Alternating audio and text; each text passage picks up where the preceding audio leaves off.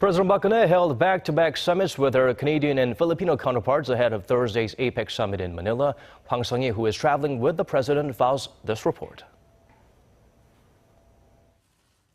President Park's main topics for discussion with Canada's Prime Minister Justin Trudeau were the Korea-Canada Free Trade Agreement and climate change cooperation.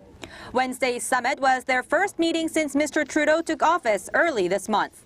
Opening the talks, President Park expressed hopes that Canada will see real change under Trudeau's leadership, as it did when his father Pierre Trudeau was in office. In his victory speech, the new Canadian leader had said that it's time for a real change in Canada. Noting the deep historical friendship between the two countries, Trudeau said their bilateral free trade deal was a great one, but called for closer business ties.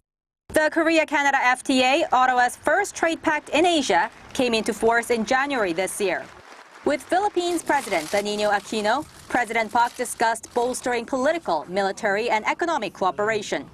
The two leaders also talked about beefing up protection for Korean nationals there, as the Southeast Asian nation is notorious for having the most number of crimes targeting Koreans. 9 Koreans have been murdered there this year alone. The back-to-back summits were held on the sidelines of the APEC summit in Manila. President Park also met with the APEC Business Advisory Council and held unofficial talks with the Pacific Alliance, which is a Latin American trade bloc composed of Chile, Colombia, Mexico, and Peru. Hwang Sung, Arirang News, Manila.